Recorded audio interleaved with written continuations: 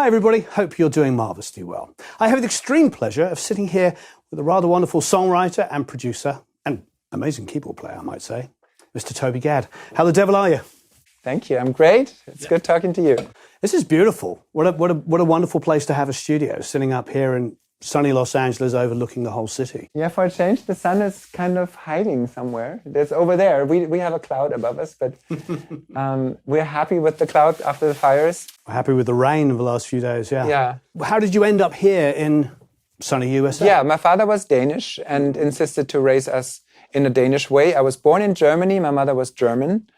And so I kind of grew up as the Dane in Germany with all the Danish upbringing and the Danish passport. I never had a German passport.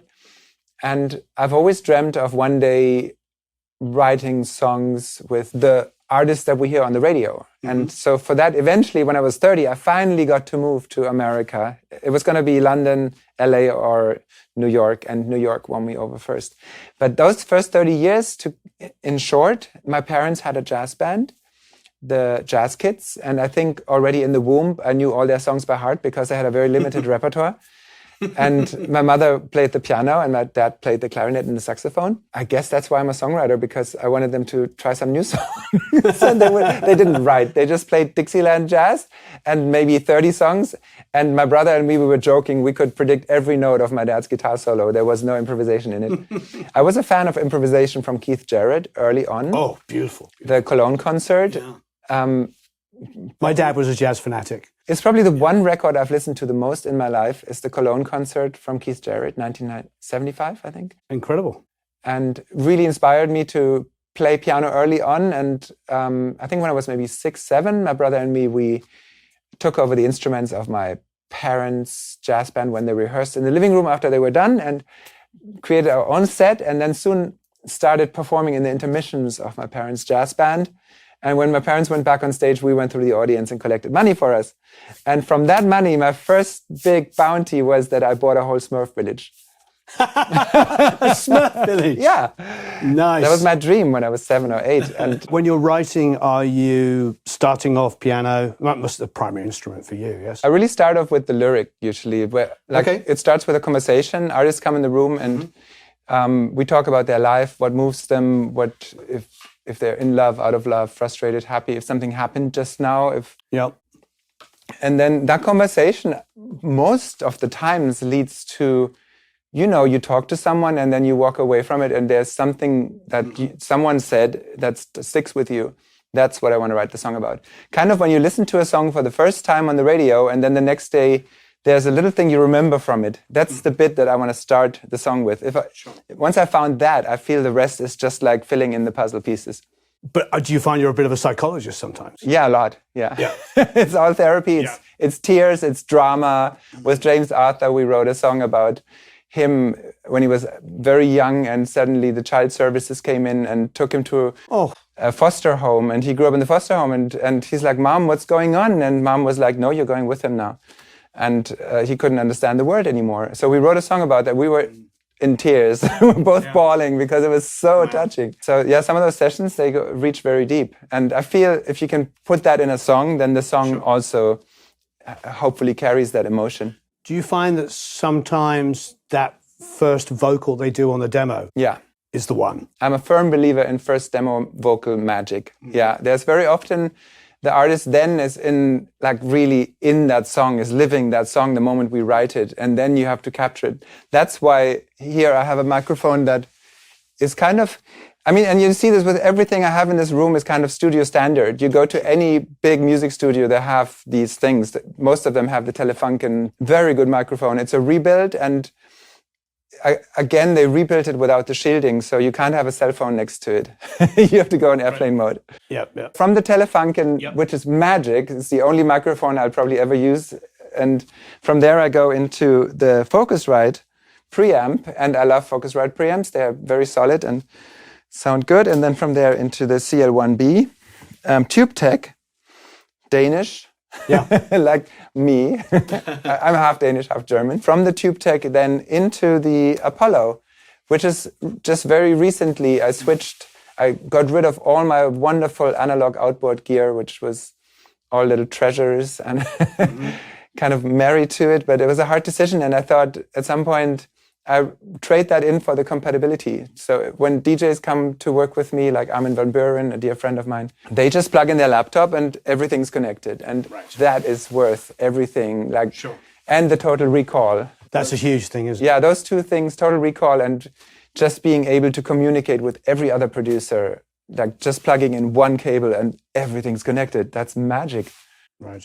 Yeah. Yeah, I think the total recall is a huge thing for me as well. As much as I love my outboard, and we still use it, but we tend to be more front end. And look, you've got a wonderful mic going into great mic pre, great compressor. One thing I really like that I purchased recently is the Ocean Way speakers. And Alan Sides himself came to this room and at first got a big shock because my studio is a glass house.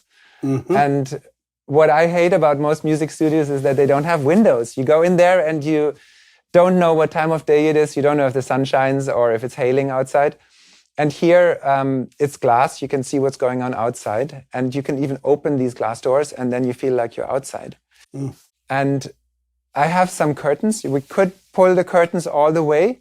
But after Alan put the speakers in, he added these things on the ceiling. And then he said, this actually sounds quite good. And he was happy. Sounded fantastic in here. Yeah, I feel these speakers have become the new standard. I think Dave Grohl, Lady Gaga, a bunch of Meghan Trainor, a lot of people have these speakers now. And then the Proax, Serban, who mixes half of the records on the radio, mixes on these Proax. So oh, he does? I didn't know that. that's why I have them. The rest is very standard fare, and I'm quite happy having what everybody has. So we're compatible. I go into any studio and I know what they have is here too. Let's say we start a vocal at Metropolis in London. I can continue here with the same vocal and with the same microphone. Perfect. What's your DAW choice? Logic. I've had Logic since Atari and since Creator. Oh, wow.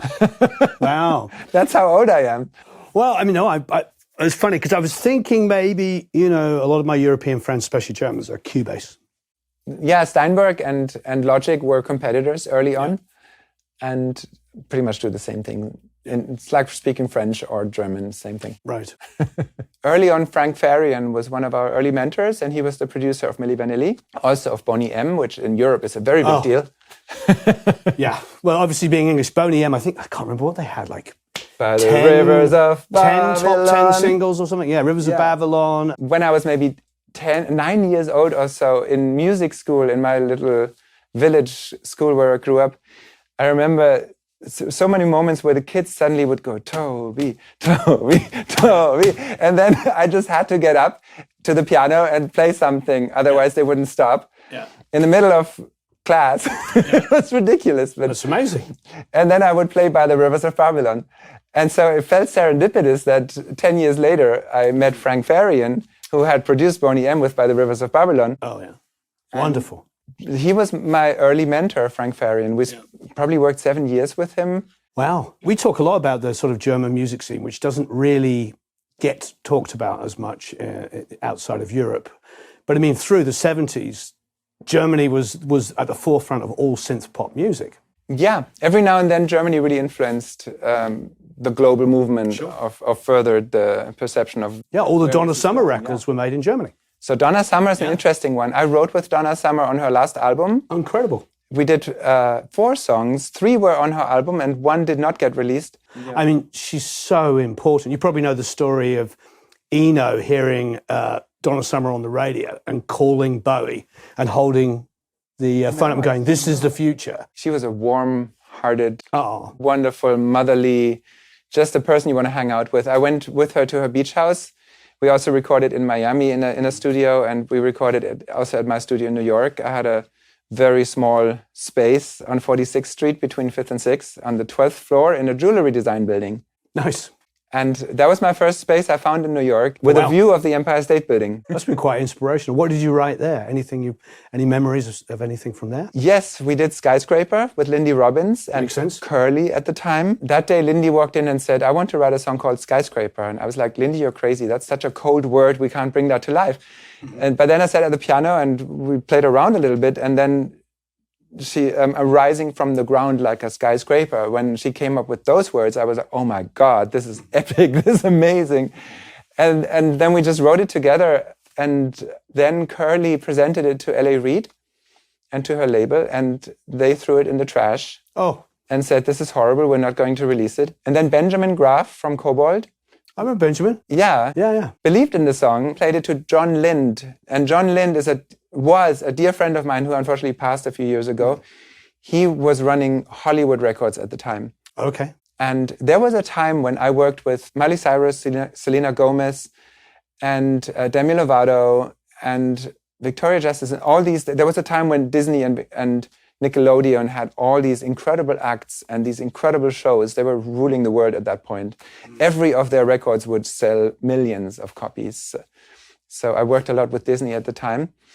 And John Lind had the foresight and said, even though this is a ballad, this is going to be Demi's first single of the album. And wow. They did an incredible video in the desert. And when I recorded the song with Demi, she came, this was in this room.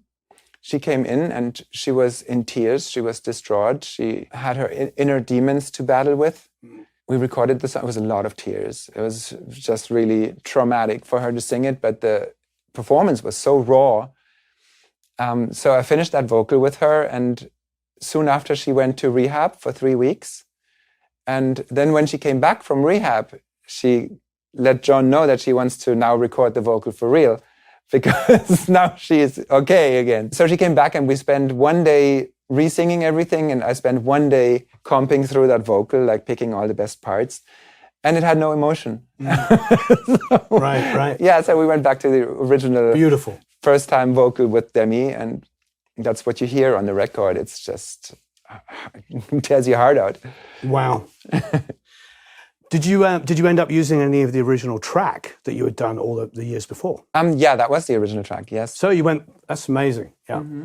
I do love this idea of, that's what's so beautiful about the ability we have now with these kinds of setups, that you're recording it for real. The idea of the demo has just disappeared. Yeah, that's crazy, because the demo is the magic. That's where you get inspired, where the spark comes, and where you're living the song, and that needs to be captured. And then you can't go back to the studio like a month later. You'll be performing it like someone who sang the song forever, like a Las Vegas performer.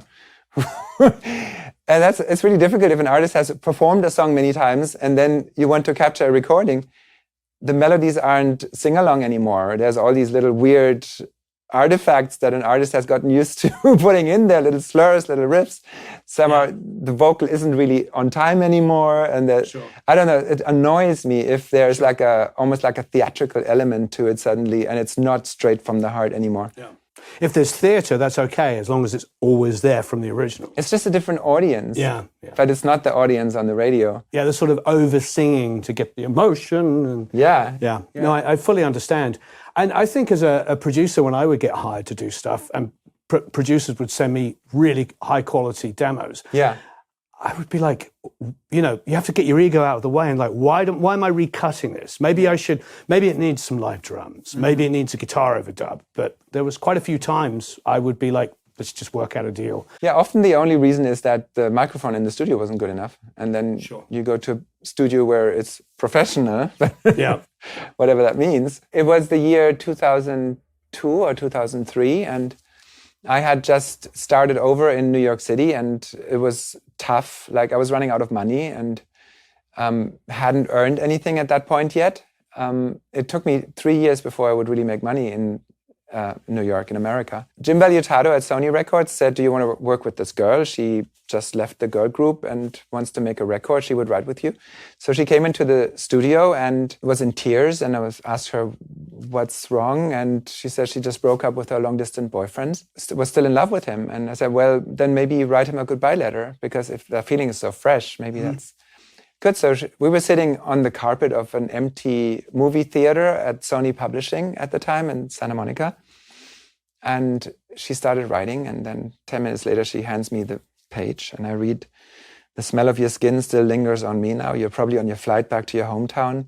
Fairy tales don't have a happy ending, do they? And I got chills, and I thought, I got the guitar out, and I thought, wow, this is a verse. Let's do this. And then she found a melody to it, and then I had an idea how the chorus could go melodically, and she found words to it. I hope you know. This is nothing to do with you. It's personal. I need to figure it out myself. And at the end of the chorus, I have these little clipbooks with, maybe I have one here somewhere, with a lot of song titles on it. And before, at some point I had written down Big Girls Don't Cry. I looked at my clipboard and it said Big Girls Don't Cry. And I thought, wow, this is a perfect ending for this song.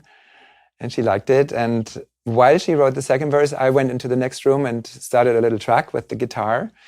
And then she came in and says, I have written the second verse. And I recorded her on my track. And I had put down some more chords for the bridge, possibly. And then she just freestyled the whole bridge in one take. And I was like, incredible. This is unreal. She was, at that moment, so lyrically inspired because it was just out of her journal, out of her life. Just pure lyrical genius. If you listen to that bridge of Big Girls Don't Cry, it's just so, doesn't really rhyme or anything. It's really prose, and it's just like your journal, basically. So I think on that level, that song really resonated because it isn't like composed in that way. It's just a bit of her life. It's an honest, authentic snapshot of her life. And the final version, is that vocal? Well, I did that demo of that day. We did that.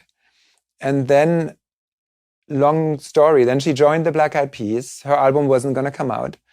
And they did an album, they did another album. Finally, Fergie had her chance, like, I don't know, 5-6 years later, she finally got to do her album. At the time, P. Diddy had an artist, Jordan McCoy, and I had recorded Big Girls Don't Cry for the second time. Before I had recorded it with an artist on Columbia Records that didn't come out. Then P. Diddy wanted me to do the song with Jordan McCoy, and I had recorded it. And then Diddy said, it's not our first single. And then Fergie said, I'm doing my album now, I want my song back. Good for her. But I had already signed a deal with Diddy about that song, and I couldn't produce it, so will.i.am produced it. But it's quite similar. I could find the demo probably. And then it became not her first single, not her second single, not her third single. It was her fourth single of the album. Wow. Almost wasn't going to be on the album at all. Almost wasn't going to be a single. And then it turned out to be her biggest song. And it was Song of the Year on ASCAP. And then the second year was almost Song of the Year again. So it was one of the biggest radio songs that time. It's quite, we got lucky. That was incredible. Something that's sort of lingering in my mind with these songs. I mean, we've had a theme of these huge songs that are like teetering of maybe not even getting on the album, maybe never being singles. I always felt like being in LA and sort of being in the writer-producer world, that sometimes the really, really big, memorable melody ones, people were a little bit afraid of. At the time, nobody wanted ballads. Yeah. And I was kind of the ballad guy who would have not very commercial, not very structured, but very emotional, authentic, honest songs that make you cry, basically. Yeah, the things that last for decades, that last for hundreds of years. Those I was never trendy. And I guess that is good. If it's not trendy, then it's an evergreen. Absolutely. Yeah, no, that's very, very true. Be with myself in center, clarity, peace, serenity.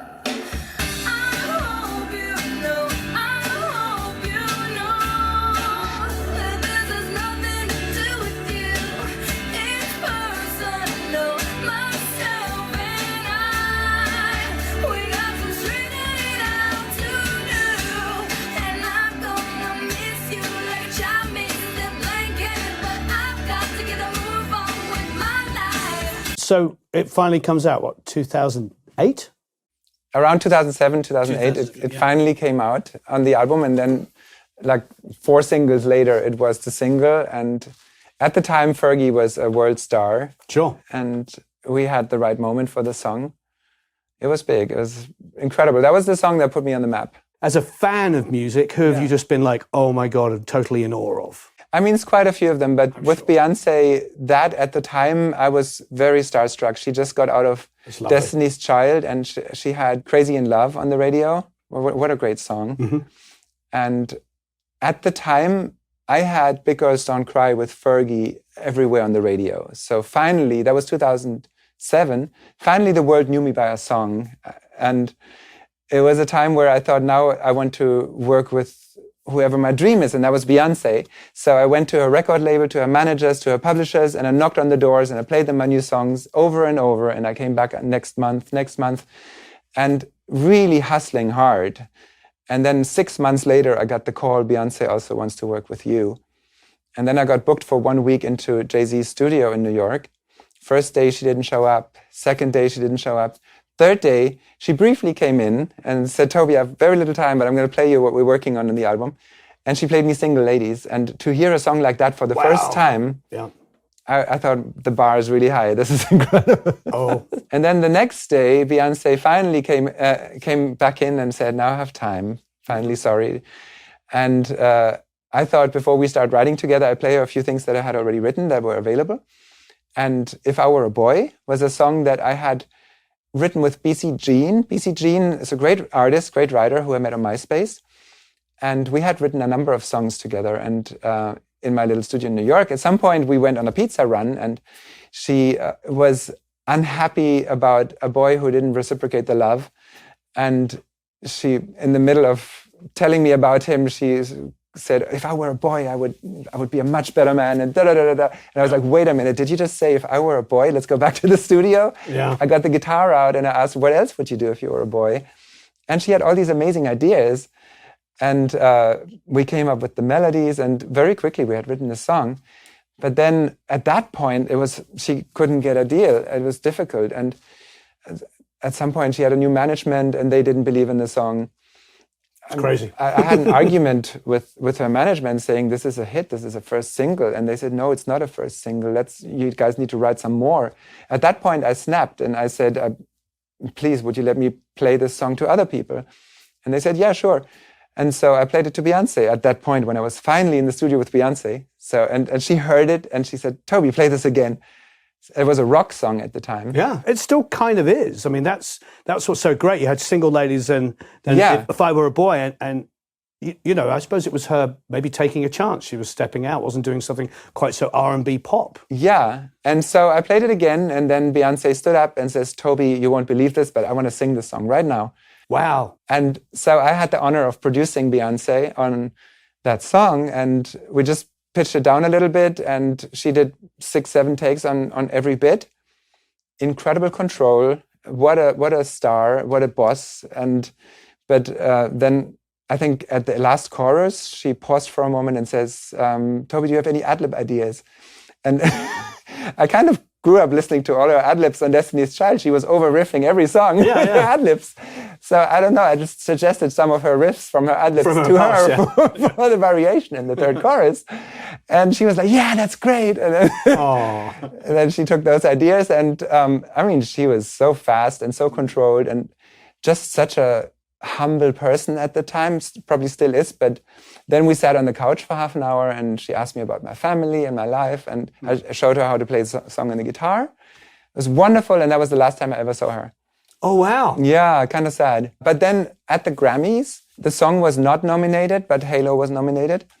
And the album was nominated. But she performed at the Grammys. Yeah, I fully assumed that she was going to perform Halo. Yeah. Because our song wasn't nominated. But then she started with If I Were a Boy, and 6 minutes later, it was still this endless medley of If I Were a Boy. And that was one of my highlights of my career. Oh, yeah, my hairs are standing on end. I watched it last night. Like, we got back about 2 a.m. from San Francisco. Good. It's so good. The whole outro. Yeah. It's pretty perfect. Incredible. Yeah. That was fascinating. So with Beyonce, let me see if I have the demo. If I were a boy, even just for a day,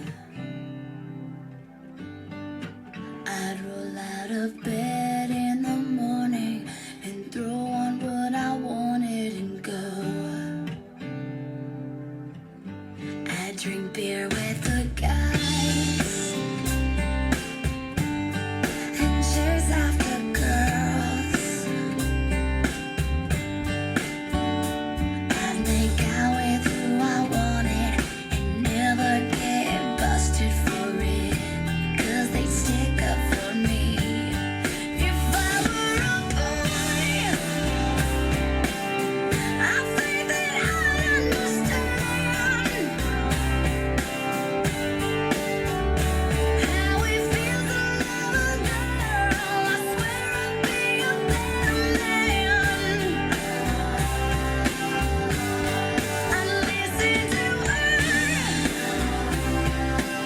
I mean, that is absolutely superb. She should have just put it out. And then, they weren't going to. Back in the day, you couldn't just release something. You needed a label to put money Very in it. true, but the fact that they didn't stand behind it, like you said. Here is Beyonce at the Grammys performing it. How it feels to love a girl. I swear I'd be a better man. Anyways, and then I did a Piano Diaries version of it with Angelina Jordan. If I were a boy, I think I could understand how it feels to love a girl. I swear I'd be a better man. I mean, it's a testament to the song. That every single person, no matter who's singing it, it is absolutely beautiful. You only did one song with her. Only one song. That was sad. I mean, she recorded one more, but they didn't make it. So, but still, it's a song that meant something to her, so I'm proud of it. And the few hits I had, I felt that they were meaningful to the artist. Like Big Girls Don't Cry was Fergie's biggest song by far. All of Me was John Legend's biggest song by far. And If I Were a Boy was a song that at this time defined Beyonce. It did. It was a very important song. Yeah, and with Madonna we did some work too. So whenever I feel we caught lightning in a bottle and we captured some magic, it was meaningful. But there's been plenty of artists that you've worked with for years, continuously as well, though. So yeah, there was a time I moved to America in 2000 and started over in New York. It was very hard. I started by putting little leaflets on the stop signs saying, European producers looking for singer, would you want to work with me? And I found my first artist as a 17-year-old girl and produced an album with her and went to, like an attorney opened all the doors to the major labels and I played them the project and it was 100% rejection. Nobody wanted it. But at least the doors were open now. So I knew the faces and I knew if I had something good, I could come back. what was the sort of aftermath of the Beyonce song? What happened Well, then? that was 2009. And then 2010, 11, for a long time, I wanted to work with John Legend. And my manager at the time, David Sonnenberg, was managing John Legend. And I saw him several times and asked, would you work with me? And I think he perceived me as the pop guy. And he was very neo-soul. Like, yeah, also Ordinary People was probably the most pop of his record at the time, but it was like Philadelphia, neo-soul, just a very cool kind of music that I wasn't associated with that much. And so we didn't get to work together for a long time until If I Were a Boy was a #1 hit. And then John was finally ready to work with me. And one day he came into the studio and said, Toby, I'm so in love. I need to write a love song today. Oh, beautiful. And he already knew that he wanted it to be all of me loves all of you. And then he said, I don't know what else to do. This is all I have. And I've had it for a while and I don't know what else to do with it. And I sat on the piano then. I said, look, let me get to the piano. And I thought of my wife and I thought of her curves and her edges. And I thought, all your curves and all your edges, all your perfect imperfections. And then he went back to the piano and added something. And we were going back and forth, just pouring our hearts out to our loved ones. And that, again, a song that wrote itself in an hour or hour and a half. It just felt so intuitive and it just had to come out. And at the time, it felt like a wonderful love song. I didn't know that was going to be one of the biggest songs ever. It took another 3 years until it came out. And then... Wow. Why was that? Well, he had to finish his album, and it wasn't the first single. It was the second single. And then it got stuck in the urban radio chart. It did go #1 on the urban radio chart, but it stayed there and no other chart. And then he finally got the chance to perform the song at the Grammys. And there was this magical moment. So he was on this platform in the middle of the audience, and the camera caught him singing, looking at Chrissy. Oh. And Chrissy was looking at him, and the sparks were like flying, exploding. And that moment made this a hit song. And from then on, it was the second slowest climb to #1 in the Billboard history. Wow. Yeah, it took 6 months to become #1. After that, for a long time, Happy was #1. We were #2 for 3 more weeks.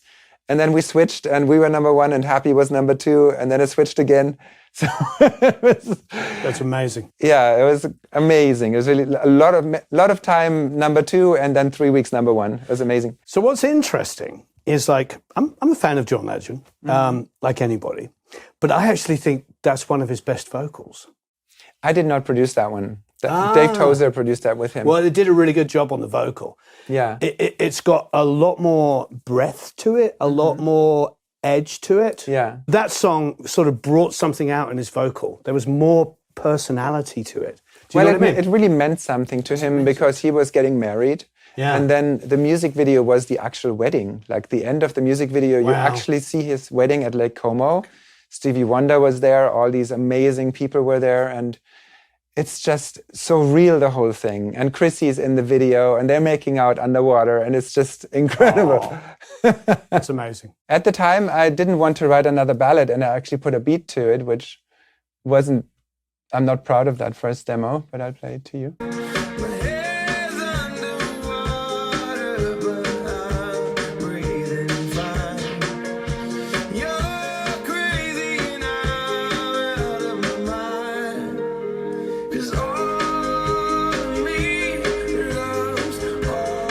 I actually love this vocal.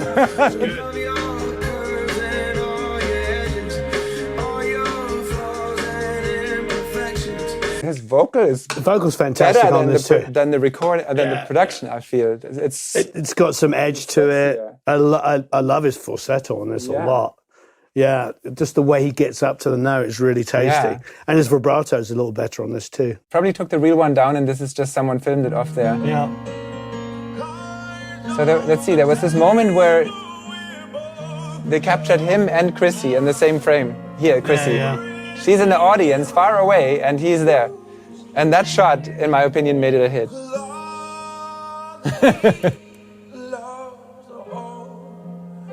Wow, so they had to do this in order for the algorithm to not take it down. That's quite a tight run in just a few years of that, and John Legend, and of course Beyonce. It looks like that. No, there were years in between. So let's say this was 2008, and then Beyonce, I think we had the session 2009 or 2010, might have come out around 2009, 10, 11. Yeah. And then John Legend was more like 2013. We might have wrote it and it came out after that, 14, 15. Then was Madonna. And then, like, those were the years where at some point Billboard said I'm the number 3 songwriter in the world. Beautiful. Which was incredible. But I also felt there was a time around 2015, I was in the studio with Madonna at the same, like 5 weeks with her and Diplo and doing the whole album with them. And at the same time doing the whole album with Leona Lewis. And at the same time, All of Me was #1 in the charts.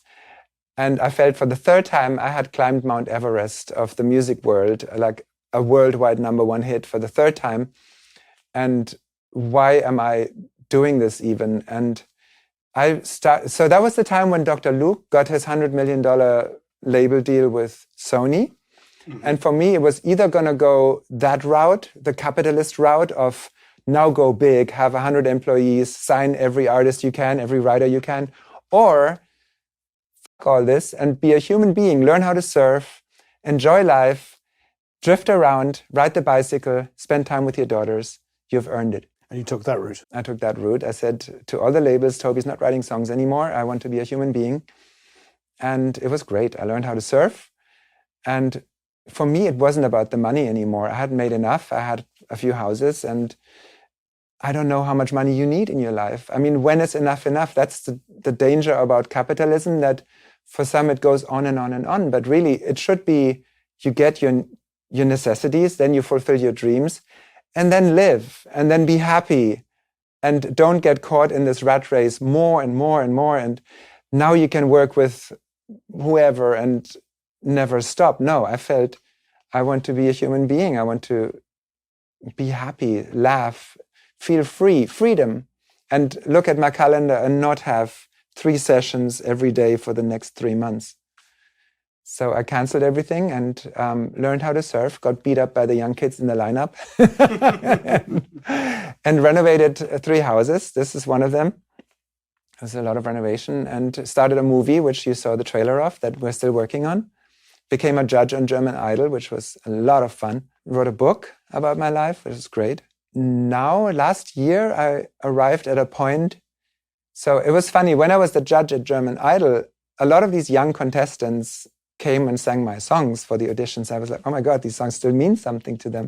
But then they also wanted to hear the stories, and the producers of the show said, tell all the stories, the Madonna stories, and they were just eating it up. And I thought, oh my God, I need to maybe make something out of that. And I felt I want to pass the torch and re-record my old songs with new young artists, and started this project called Piano Diaries, where I'm taking song by song. The first song was Big Girls Don't Cry with Victoria Justice, and we recorded it. Victoria sang a really nice soft version of that song, which I love.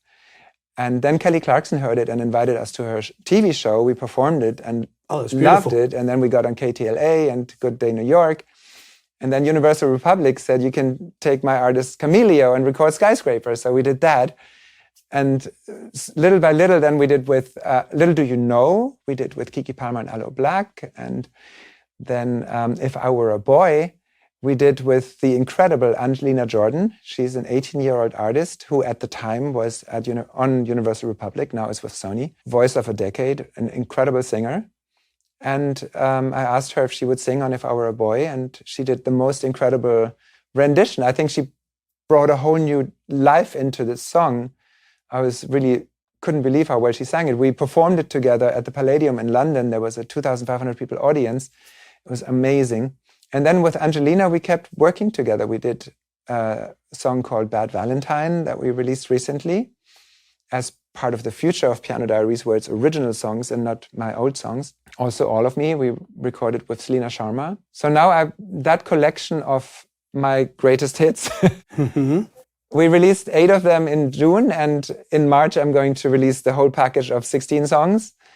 And I've also performed them quite a bit, which is a whole new thing. I've been always behind the scenes in studios. Nobody would know who Toby Gad is. And now I'm on stages and performing with whoever wants to sing these songs with me.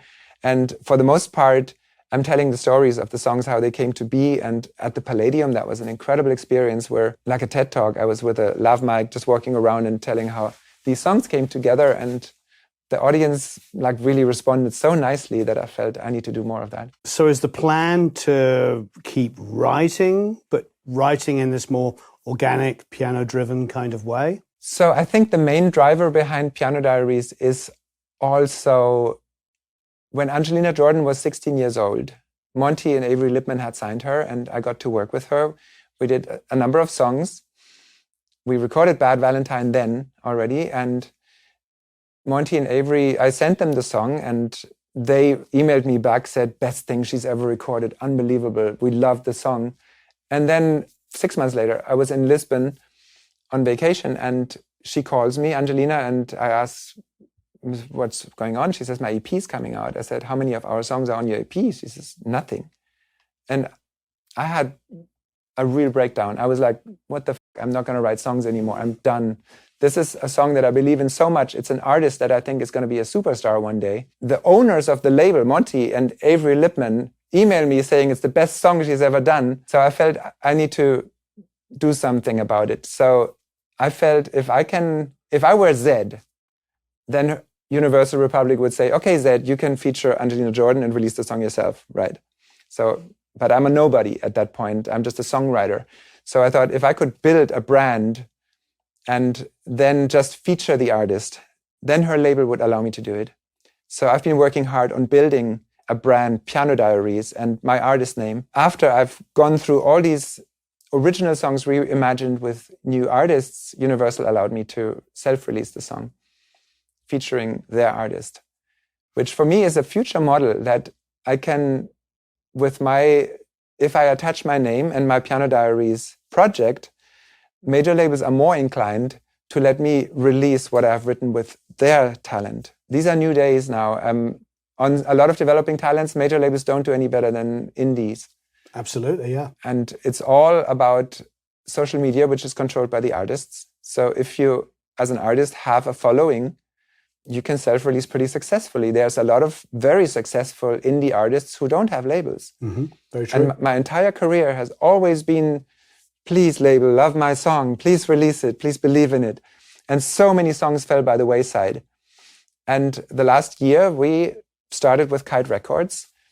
And we've released over 40 songs, and some of them resonate, some don't, but we're learning how to promote and how to do our thing with it. And it's the best experience ever. It's so liberating. And I mean, even if a song makes 1 million streams, it's not a fortune you make from it, but so many other things come out of it. I could get to 1 million on many of the songs, which independently is kind of a little benchmark. It's not, labels would brush it off and say this is nothing, because for them, if you get to 100 million, okay, then you get taken serious. But to me, it's planting seeds, because a lot of my songs are slow burners, and a lot of my songs took years and years and years before someone picked them up. And I'm planting all these seeds. And then now, just very recently, Apple Music has put pretty much all of my Piano Diaries songs on their acoustic hits playlist. And I've gotten 3 million streams from that. And that's something, I don't even know who did that and how it happened, but you have to plant the seeds first, and then people can discover it. A lesson in your career is consistency. So I believe strongly you'll win in this if you just do the same thing that you did for the first 10, 15, 20 years to become 100%, successful. yeah. I'm giving it 3-4 years, and then I think something will really be a success. Yeah. But nowadays, success is such a different thing. Every week, I think 100,000 records get released. Feels like that a day sometimes, to be honest. Yeah. And back in the day, I don't know how many, and the labels had the control, and now everybody can put something up, which I love. But so you have to just navigate in this new world and embrace social media and embrace that liberty you have to cultivate your own community. It's all about building your own community of people who like you and like your music, and then cater to them and give them something new every month. I think that's the key these days. And then live performing, especially in the age of AI, that's something that AI will never be able to do, is go on stage, have this human one-on-one connection and perform and make them happy with your music. There's been quite a nice move only over the last few months, where all of the really slick RGB lit, stuff with the side lighting, it's starting to get ignored, and people much prefer this. They prefer just like... So funny, isn't it? Yeah. Like the real content has a whole different value in the age of AI, when AI creates perfection like that, but it will never be able to create something gritty, authentic. Exactly. But you're talking about an EP getting released where the label has told you they absolutely love the song. I know myself, and it sounds like you, it is exhausting dealing with the politics of our business, where you know what happened, they really wanted this producer probably, I'm not going to say, I don't know who it was, and the producer's like, well, if we put it, it has to be all my work. Yeah. And that kind of thing, it's, there should be a meritocracy. And we'd like to believe, but unfortunately, politics. It's always been the Wild West in the recording industry. We like to believe there's rules. No, there are no rules. It's the Wild West, and it's capitalism, and it's me first.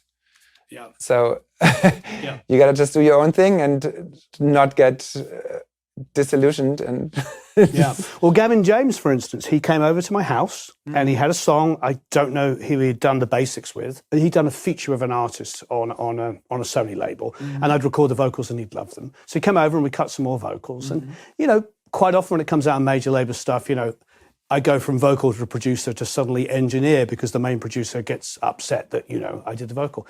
And he's a good guy. He made sure I got proper production credits on doing the vocals with him. And it's sort of like an artist not having any fear, standing up for themselves, going, no, I love this song. I love what I did here. Gavin James is such an underrated voice. Incredible. I would say he's one of my all-time favorite voices I've ever worked with. He's so incredible. And last time in London, I performed for the MCPS 100-year anniversary. Yeah. And I called Gavin, and he went on stage and sang Skyscraper. And he killed that song.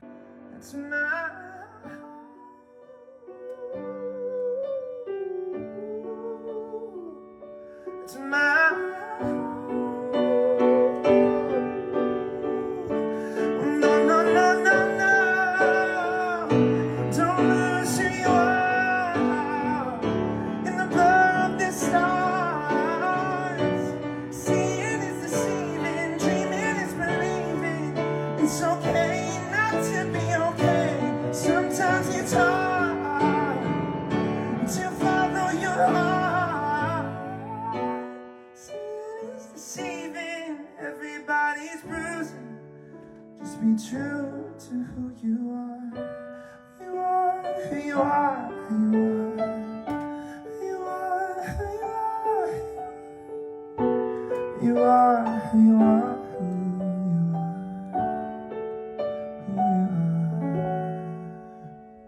are. I encourage you to keep doing this. Thank you. Not that you're going to stop, but I actually stopped it, and then I felt I love it so much that I continue again, but on my own terms. And with the Piano Diaries project, I take my time and to find, for instance, on Untouched, it's a song I had with the Veronicas. It was, I think, double platinum here, but it was much bigger in Australia.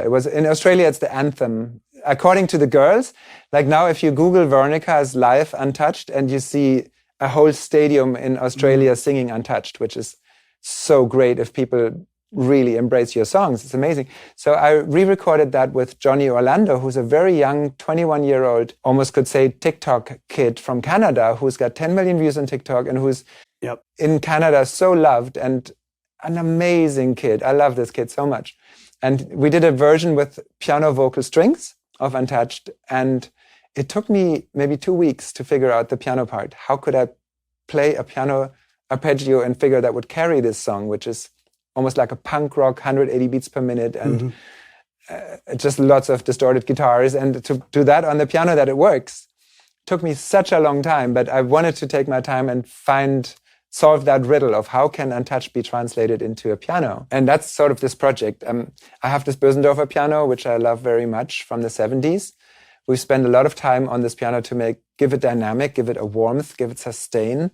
It's, in my opinion, the best piano I've ever played now, and I'm totally in love with it and in tune with it. And so on the Piano Diaries project, I have a very soft touch with it, and it gets this warmth and this sustain.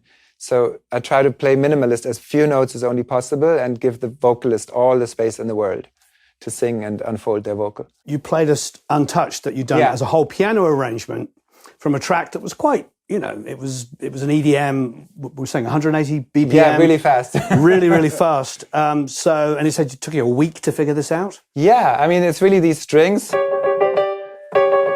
And then...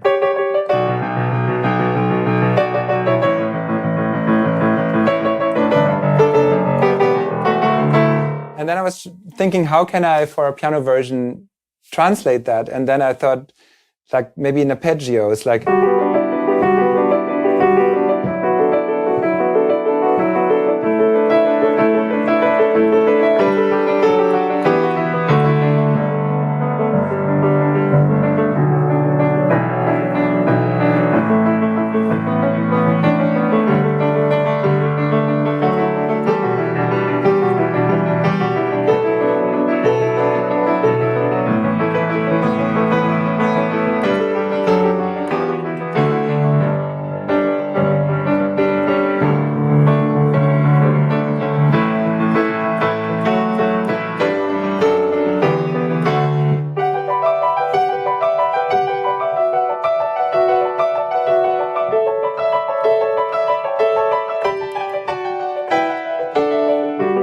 Something like that. Absolutely beautiful. It almost feels like that's the original, then somebody did the dance version. You know what I mean? Well, that's the goal, that I arrive somewhere where this feels like it has its own its own reason for existence. Yeah, exactly. Yeah, absolutely gorgeous. For instance, on Big Girls Don't Cry, for the Piano Diaries version, I was going... The smell of your skin lingers on me now.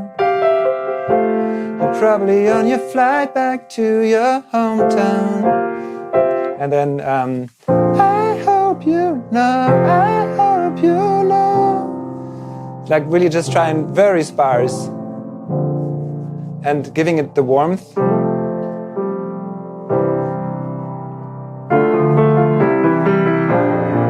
So kind of translating what the guitar is doing.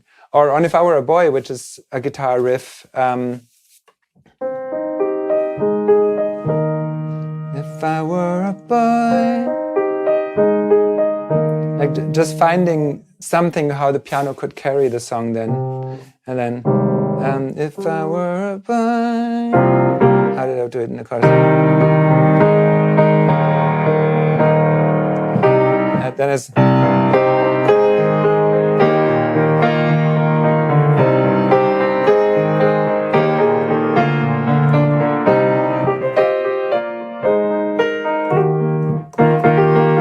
different key. We actually, at Sundance, we performed it in that key, but it was a different key before. But yeah, kind of mapping out ideas. Probably the most radical transformation is the Madonna song, Living for Love.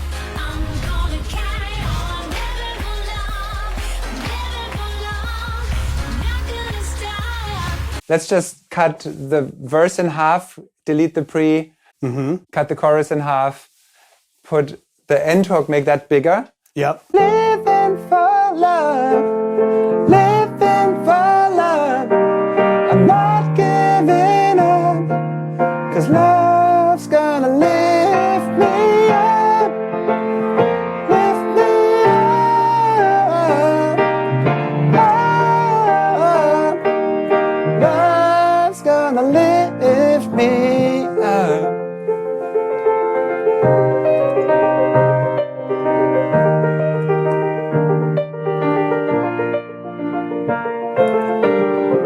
And I'll show you, Jarab sang it. He's a British singer. I'm gonna carry on living for love, living for love. I'm not giving up, 'cause love's gonna lift me up, lift me up. Oh, love's gonna lift me up. But I mean, you know, we evolve, and Sure. that was my Sturm und Drang, my crazy time when I was just working like mad for maybe 20 years. And now I'm 56 years old, and Oh, you're so old. but it's not like you have to do the same thing all your life. And True. once you're 80 and you look back at your life, it's not that matters. It matters how many happy days have you had, and have you done good things in your life, and do you have friends? That's what matters. And do you know Ron Lafitte? He's manager of U2. When I worked with Madonna, I spoke with him about that. That was the time when I pulled the brakes. Yeah. And he told me about his brother and said that while Ron Lafitte, the manager of the biggest bands in the world and the most famous in the world, Pharrell, U2, Madonna, you name them, he was managing them at the time. And he said his brother chose to not pursue any career and just surf and be happy. And if I remember that correctly. No, I believe. Okay, this is a career. We can take it very important and very seriously, and it could mean everything. But don't forget, you're a mortal human being. You have so many years on this planet, and eventually we're all going to be old. And in the end, you want to have had many happy days that you felt freedom and surrounded with people who love you.